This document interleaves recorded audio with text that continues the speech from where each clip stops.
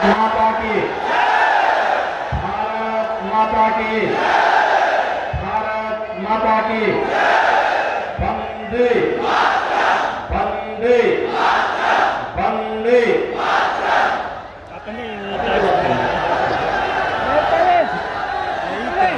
Bharatiya Janata party के मछली शहर के जिला के अध्यक्ष श्री रामविलास पाल जी, जिलाध्यक्ष भदोई श्री दीपक मिश्रा जी, लोकप्रिय सांसद और मछली शहर संसदीय सीट पर भारतीय जनता पार्टी के प्रत्याशी जी बीपी सरोज जी, भदोई संसदीय सीट पर भारतीय जनता पार्टी के लोकप्रिय प्रत्याशी लोकप्रिय विधायक श्री विनोद बिंद जी, उपस्थित मेरे सभी उपस्थित बहन और भाइयों, अभी मैं बस्ती से आ रहा हूं। वहां पे प्रधानमंत्री जी की एक बहुत बड़ी रैली थी। सुबह मैं काशी से ही जौनपुर गया हूं, जौनपुर से बस्ती, बस्ती से फिर मैं आपके बीच, आपका स्नेह मुझे भदोई और मछली शहर के लिए फिर से यहां खींच करके लेके आ गया है। आपके इस स्नेह के लिए मैं हृदय से आपका अभिनंदन करता हूं। बहनों और भाइयों, लोकसभा चुनाव के 5 चरण संपन्न हो चुके हैं। छठे चरण में आपको ही मतदान करना है। मुझे अब तक देश के अंदर 12 राज्यों में चुनाव के कार्यक्रमों को बहुत नजदीक से देखने का अवसर प्राप्त हुआ है और मैं दावे के साथ कह सकता हूं, देश के अंदर जो रुझान है, देश के अंदर जो उत्साह है, देश के अंदर जो उमंग है, वो उमंग एक ही नारे के साथ गूंज रहा है, एक ही स्वर गूंज रहा है और वह है कि फिर एक बार, फिर एक बार, फिर एक बार और अब की बार, अब की बार, अब की बार। बहनों भाइयों, जब हम अब की बार 400 पार की बात करते हैं तो सही बोलो, मैं तो समाजवादी पार्टी को और क्षेत्रीय दलों को, कांग्रेस और उसका इंडी गठबंधन जितने हैं, इन सबको चक्कर आने लगता है। क्योंकि न तो समाजवादी पार्टी 400 सीटों पर चुनाव लड़ रही है और न ही टीएमसी 400 सीटों पर चुनाव लड़ने लायक ही है। टीएमसी का तो नाम आपने पहली बार सुना होगा ना, पहली बार। बहनों और भाइयों, टीएमसी के लोग क्या बोलते हैं? कहते हैं ये साधु संतों को मार के भगा देना चाहिए। क्या आप इसको स्वीकार करेंगे? क्या अरे कहां से सब ये मारीच और सुभाव आ गए हैं जो विश्वामित्र की यज्ञ साधना को विध्वंस करना चाहते हैं? अरे मारीच और सुभाव को तो राम लक्ष्मण ने त्रेता युग में ही स्वाहा कर दिया है। राम नाम सत्य है, हो गया है और अब उसका परिवर्तित नाम जो आना है, तो मोदी जी ने पहले ही अयोध्या में रामलला को विराजमान कर दिया है। कहां से टीएमसी आ गई? और समाजवादी पार्टी की स्थिति देखो, आपने कल देखा होगा समाजवादी पार्टी का नजारा। 14 में हारे, 17 में हारे, 19 में हारे, 22 में हारे, 24 में हारने जा रहे हैं। लेकिन अगर बहनों भाइयों, आपने देखा होगा उनकी उद्दंडता को, अनुशासनहीनता को, यानी उनका जो नारा है, कल का नजारा भी वो था उसी प्रकार का था। जैसा नारा वैसा नजारा। आपने देखा होगा जब ये थे, सपा का है एक ही नारा, जो खाली प्लॉट देखो वह है हमारा, यही बोलते थे। किसी का होता था कब्जा करना, कर लेते थे। और तो जैसे ही मार्च 2017 में मुझे मोदी जी ने, भारतीय जनता पार्टी ने प्रदेश का मुख्यमंत्री बनाया, मैंने अगले 24 घंटे की एक सीमा दी थी। मैंने कहा 24 घंटे में अवैध कब्जे अगर नहीं हटे तो फिर बाप दादों की संपत्ति से भी उन्हें वंचित रहना पड़ेगा। और आपने देखा होगा अगले 24 घंटे के अंदर कब्जे हो गए। आपने देखा होगा अब तो समाजवादी पार्टी चुनाव लड़ने लायक नहीं। कल देख रहे होंगे कैसे धीमा कुश्ती हो रही थी इन लोगों में मंच पर आपस में। अरे जो पार्टी अपने नेता का सम्मान नहीं कर सकती है, जो पार्टी अपने बड़ों का, छोटे बड़ों का ख्याल न रख सकती हो, लिहाज न रखती हो, वह सभ्य समाज के हिस्से तो नहीं है। लेकिन क्या उनको सत्ता में आने का अधिकार होना चाहिए क्या? चाहिए क्या? और जो कारनामे यहां पर समाजवादी पार्टी के थे, वही कारनामे वेस्ट बंगाल में टीएमसी के हैं। उसी का परिवर्तित रूप है। अंतर कुछ केवल नाम का अंतर है। कारनामे दोनों में एक जैसे हैं, एक ही जैसे हैं। और इसीलिए तो इन सब के डीएनए कांग्रेस से मिलता जुलता है, कांग्रेस से मिलता जुलता है। बहनों भाइयों, ये लोग कहते हैं कैसे आएगा 400 सीट, तो जनता जवाब दे देती है। और जनता का जवाब बड़ा जोरदार होता है। जनता क्या कहती है? उनसे कहती है चाहे जितना जोर लगा लो, आएंगे तो और जीतेंगे भी मोदी ही। तो बोलते कैसे?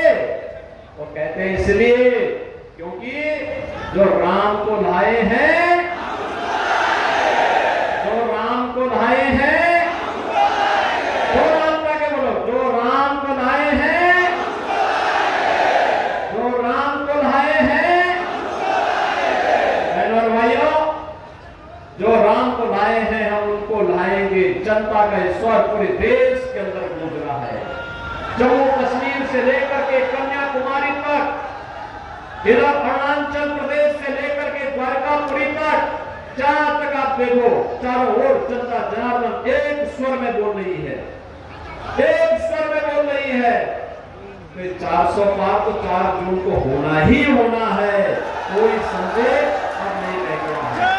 मैं तो आज केवल एक औपचारिकता पूर्ण करने के लिए आपके बीच में आया हूं। और बहनों भाइयों, औपचारिकता ये कि चुनाव अब छठे चरण में पहुंच चुका। आपको छठे चरण में 25 मई को मतदान करना है। दो पक्ष साफ साफ आ रहे हैं।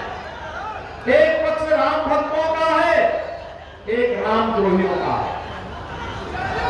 आप देखते होंगे ये जितने राम द्रोही हैं, नाम अलग अलग है, लेकिन काम सबका एक ही है कि राम का विरोध करना। और राम का विरोध करते करते ये भारत का विरोध करते हैं, हिंदुओं का विरोध करते हैं, दलितों का विरोध करते हैं, पिछड़ों का विरोध करते हैं, आम जनता का विरोध करके ये वही लोग हैं जिन्होंने दुनिया के अंदर भारत के सामने पहचान का संकट पैदा किया था। ये वही लोग हैं जो देश की सुरक्षा में सेंध लगाते हैं। ये वही लोग हैं जिन लोगों ने बेटी और व्यापारी की सुरक्षा में सेंध लगाई थी। ये वही लोग हैं जो राम भक्तों पर गोली चलाते हैं और माफिया के मरने पर मातम मनाते हैं। आपने देखा होगा एक माफिया अभी राम नाम सत्य है वहां है, और प्रदेश को तो ये था कि मैं चलो एक बड़ा समाप्त हुई, लेकिन सपा के लोग आंसू बहा रहे थे। मैंने एक सपा के नेता से पूछा, मैंने कभी तुम्हें प्रदेश की जनता के लिए, गरीबों के लिए, किसानों के लिए, दलितों के लिए, वंचितों के लिए, पिछड़ों के लिए आप लोगों को आंसू बहाते हुए नहीं देखा। आखिर ये सब क्या कारनामा है? कहा साहब यही तो हमारे कारण थे जिनके कारण हम वसूली करते थे। तो दुश्मनी के सारे हथियार एक एक करके ध्वस्त हमारे कर देंगे तो हम लोग तो पाकिस्तान की तरह भीख मांगते हुए दिखाई देंगे। देखो तुम्हें कोई भीख भी नहीं देने वाला है, क्योंकि तुम्हारे कारनामे ऐसे हैं, जिस घर में जाओगे तो कोई बहन और कोई बेटी, कोई माता वहां जूता और चप्पल लेकर के दौड़ाएगी, क्योंकि तुम्हारे कारनामे ऐसे रहे हैं। कोई तुम पर विश्वास नहीं करने वाला है। इन्होंने उत्तर प्रदेश के सामने पहचान का संकट खड़ा किया था। उत्तर प्रदेश का हमारा नौजवान भदोही का हो या मछली शहर का, आजमगढ़ का हो या गाजीपुर का, जब यहां से बाहर जाता था तो पहचान का संकट माफिया इनके सामने खड़ा कर देते थे। लोग कहते थे उत्तर प्रदेश से, अरे बाप रे बाप, जहां से माफिया है, लगता है तुम भी उसी माफिया से जुड़े हो, नहीं कमरा नहीं देंगे, यही बोलते थे, नहीं देंगे, मना कर देते थे, सबकी निगाहों से देखते थे। भाइयों, आज आप जाएंगे पूरे देश के अंदर, कहीं भी जाएंगे, लोग कहेंगे अच्छा यूपी से हैं, अयोध्या की धरती से हैं, रोज आपको लोग गले से लगाते हैं, सिरासों में बिठाते हैं, काशी की धरती से हैं, मां विंध्यवासिनी की धरती से हैं, और यही कारण है अयोध्या के नाम पर, यूपी के नाम पर, मोदी जी के नाम पर आज आपको लोग सम्मान देने का काम करते हैं।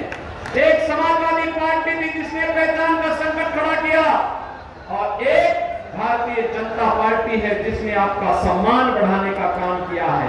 मोदी जी ने दुनिया के अंदर आपके सम्मान को बढ़ाने का काम किया है, देश की सीमाओं को सुरक्षित किया है। मुझे याद है यही संकट गोचर मंदिर काशी में हमला हुआ था। मुझे याद है अयोध्या में राम जन्मभूमि पर आतंकी हमला हुआ था। मुझे याद है जब अयोध्या, काशी और लखनऊ की कचहरियों पर हमला हुआ था। भाइयों, देश के अंदर अनेक विस्फोट हुए, और जब भी हम लोग बोलते थे, कांग्रेस की सरकार से, समाजवादी पार्टी की सरकार से कहते थे भाई आतंकवादियों के खिलाफ कार्रवाई करो, तो ये कहते थे आतंकवादी तो सीमा पार के हैं। सीमा पार हम भौचक रहते थे, हम कहते थे भाई इतना साधन संपन्नता किस बात के लिए अगर हम अपने नागरिकों को सुरक्षा नहीं दे सकते। भाइयों, ये अपराधियों के सामने, माफियाओं के सामने, आतंकवादियों के सामने घुटना टेकने वाले लोग हैं। और आज आप देखते होंगे आतंकवाद भी मोदी जी के नेतृत्व में समाप्त हुआ, नक्सलवाद भी समाप्त हुआ। अब तो पटाखा भी थोड़ा जोर से फट जाए ना तो पाकिस्तान सबसे पहले सफाई देता, कहता साहब मेरा हाथ नहीं है, तो कहता मेरा हाथ नहीं है, क्योंकि इसे मालूम है ये नया भारत है, छेड़ेगा नहीं, लेकिन कोई छेड़ेगा तो छोड़ेगा भी। सातान लोग से भी निकाल करके और फिर जहन्नुम की तरफ भेजने का काम करेगा, और इसीलिए कोई अब भारत को छेड़ता नहीं है। भाइयों, विकास के लिए कहना ही क्या है, आज भदोही की कालीन दुनिया के अंदर एक बार फिर से धूम मचा रही है। यह है भाजपा की सरकार का कार्य। आज हाईवे से आपका जुड़ाव हो गया है, रेलवे की बेहतरीन कनेक्टिविटी भी है, इधर काशी विश्वनाथ धाम और इधर मां विंध्यवासिनी का धाम, दोनों हमारी शोभा बढ़ा रहे हैं, और दोनों पर हर सनातनी को गौरव की अनुभूति होती है। अयोध्या धाम अभी तीनों का हो गया है, तो यदुवंशी थोड़ा ठीक ढंग से जागरूक हो जाए तो हम यदुवंश को भूषण भगवान श्री कृष्ण की जन्मभूमि की तरफ ही बढ़े। मैं बोलना चाहता हूं समाजवादी पार्टी के अध्यक्ष से, मथुरा के मुद्दे पर हमेशा उनका मुंह क्यों बंद हो जाता है? क्यों बंद हो जाता है? अपने को यदुवंशी कहेंगे, लेकिन जब भगवान श्री कृष्ण की जन्मभूमि की बात आएगी तो इनको वोट बैंक की चिंता होने लगती है। वोट बैंक की चिंता। जय श्री राम। भाइयों बहनों, देश की कीमत पर आप आपकी आस्था की कीमत पर वोट बैंक की राजनीति करने वालों की जमानत जब्त कराने का ये सबसे अच्छा अवसर है। और इसीलिए मैं आया हूं। आज तो मेडिकल कॉलेज बन रहे हैं, आज तो विश्वविद्यालय बन रहे हैं। हमने मिर्जापुर में भी आपको एक विश्वविद्यालय दिया है मां विंध्यवासिनी के नाम पर, इधर मिर्जापुर कमिश्नरी के लिए मेडिकल कॉलेज भी दिया है। देश के अंदर बड़े बड़े संस्थान खड़े हो रहे हैं, आईआईटी बन रहे हैं, आईआईएम बन रहे हैं, triple IT, NIT, world class university का निर्माण हो रहा है। हर घर नल की योजना लागू हो रही है और नल से शुद्ध जल उपलब्ध करवाने का काम भी हो रहा है। याद करिए इस सभा के समय में राशन माफिया आदि पे आज 80 करोड़ लोगों को देश के अंदर राशन की सुविधा फ्री में मिल रही है। 50 करोड़ लोगों को 50 करोड़ 60 करोड़ लोगों को 5 लाख रुपए की आयुष्मान भारत की सुविधा मिल रही है। वे कहीं भी जाके उपचार करा सकते हैं, फ्री में उपचार करा सकते हैं। 50 करोड़ लोगों के घर में जनधन अकाउंट खुल गए हैं। किसानों को किसान सम्मान निधि और बहनों भाइयों हर घर में शौचालय का निर्माण, उज्ज्वला योजना का कनेक्शन। और यूपी में तो हमने एक व्यवस्था की है बहनों भाइयों, 10 करोड़ लोगों को मोदी जी ने फ्री में उज्ज्वला योजना का रसोई गैस का कनेक्शन दिया है। और हमने व्यवस्था की है होली और दीपावली में उत्तर प्रदेश सरकार की तरफ से हम फ्री में एक भरा हुआ सिलेंडर इन घरों को उपलब्ध करवाएंगे। मोदी जी ने कहा है 70 वर्ष से ऊपर के हर एक बुजुर्ग को हर वर्ष 5 लाख रुपए की स्वास्थ्य बीमा का कवर देंगे। 5 लाख रुपए की फ्री में स्वास्थ्य की सुविधा उपलब्ध करवाएंगे। 4 करोड़ गरीबों के मकान बन गए हैं। बाकी जितने बचे हैं 4 जून को फिर एक बार मोदी सरकार आने के बाद यह भी काम सभी लोगों का एक एक मकान बनेगा। बहनों भाइयों यहाँ सम्मान भी है, सुरक्षा भी है, विकास भी है और गरीब कल्याण भी है। विरासत और विकास का यह अद्भुत संगम मोदी जी के नेतृत्व में आत्मनिर्भर और विकसित भारत की परिकल्पना को साकार कर रहा है। और इसीलिए आज हम सब आपके बीच आए हैं। आपने देखा होगा ये समाजवादी पार्टी के लोग, कांग्रेस के लोग अभी क्या करने जा रहे हैं, आप ही के वोट से कह रहे हैं आप वोट दीजिए। ये क्या कह रहे हैं, आप वोट दीजिए और ये वोट देने की कीमत आपसे क्या इसका बदले में लेंगे। कहते हैं सरकार बनते ही हम विरासत टैक्स बढ़ा देंगे। विरासत टैक्स का मतलब आप जान गए? विरासत टैक्स का मतलब है इनका कि आपके बाप दादों ने, आपके पूर्वजों ने जो संपत्ति बनाई होगी अपने खून पसीने से, उस संपत्ति में से आधा हिस्सा एक इंडी गठबंधन कांग्रेस और समाजवादी पार्टी के लोग ले लेंगे और फिर उस संपत्ति को बांग्लादेशी, पाकिस्तानी, अफगानिस्तानी जो घुसपैठी आए हैं उनमें बांटने का काम करेंगे। क्या आप इसको आपको स्वीकार है क्या? ये क्या आपको स्वीकार है क्या? भाइयों बहनों ये इनके अंदर औरंगजेब की आत्मा घुस गई है। औरंगजेब की आत्मा, हमें स्वतंत्र भारत में औरंगजेब को जीवित नहीं होने देना है। ये जितने मंदिर हमारे तोड़े गए, चाहे वह काशी में काशी विश्वनाथ का मंदिर हो, चाहे वह मथुरा में भगवान श्री कृष्ण का मंदिर हो, ये सभी इस दुर्दांत औरंगजेब ने तोड़े थे। और केवल मंदिर ही नहीं तोड़े, उसने सत्ता पे कब्जा करने के लिए पहले अपने भाई की हत्या की। फिर आगरा का ताजमहल बनाने वाले शाहजहां ही उसके पिता थे। अपने पिता को उसने कैद किया और शाहजहां ने कहा था आपको किसी को पढ़ना है तो खुदा भक्त लाइब्रेरी पटना में जाकर के पढ़िए। वह लाइब्रेरी क्या कहती है, वहां पे वो कहता है, शाहजहां कहता है, औरंगजेब को कोसते हुए कहता है कि कमबख्त तुझ जैसा पुत्र किसी को पैदा न हो, तो जीते जी मुझे प्यासा मारा है, तुझसे अच्छा तो वह हिंदू है जो कम से कम जीते जी अपने बड़ों को सम्मान करके उनकी देखभाल करता है और मरने के बाद भी अपने पितरों को तर्पण और श्राद्ध का कर्म संपन्न करके जल का तर्पण देता है। बहनों भाइयों, ये औरंगजेब की आत्मा इनके मैनिफेस्टो में घुस चुकी है, कांग्रेस और समाजवादी पार्टी के, टीएमसी के। इसीलिए टीएमसी साधु संतों को धमकी देती है।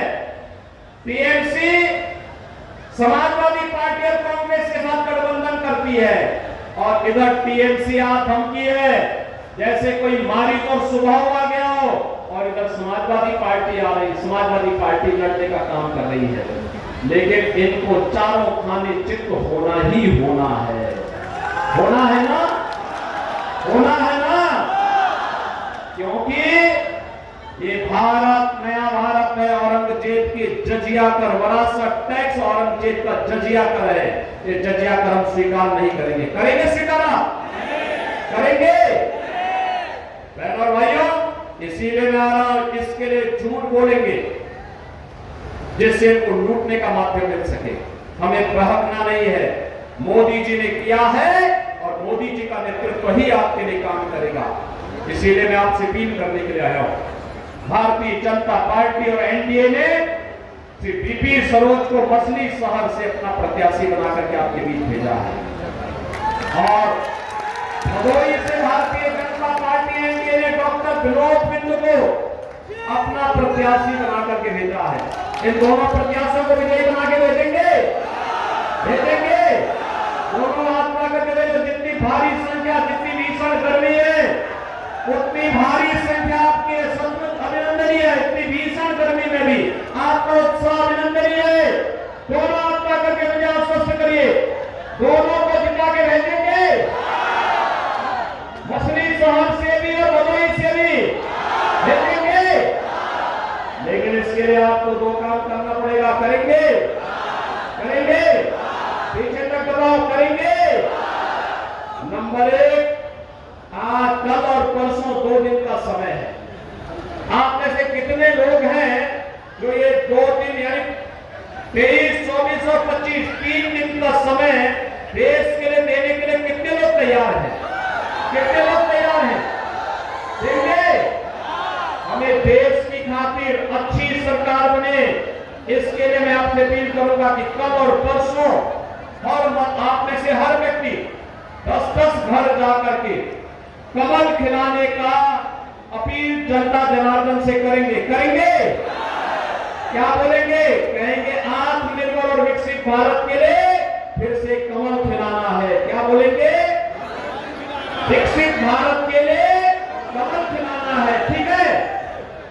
और 25 को उन सभी 20 परिवारों को आप घर वहां मतदान केंद्र पर ले जाकर के मतदान करवाना है। करवाएंगे?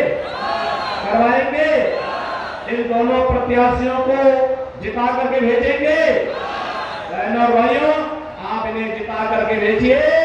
सुरक्षा और इस क्षेत्र के विकास की जिम्मेदारी हमारी। सहमत है? तो फिर मेरे साथ बोलेंगे, भारत माता की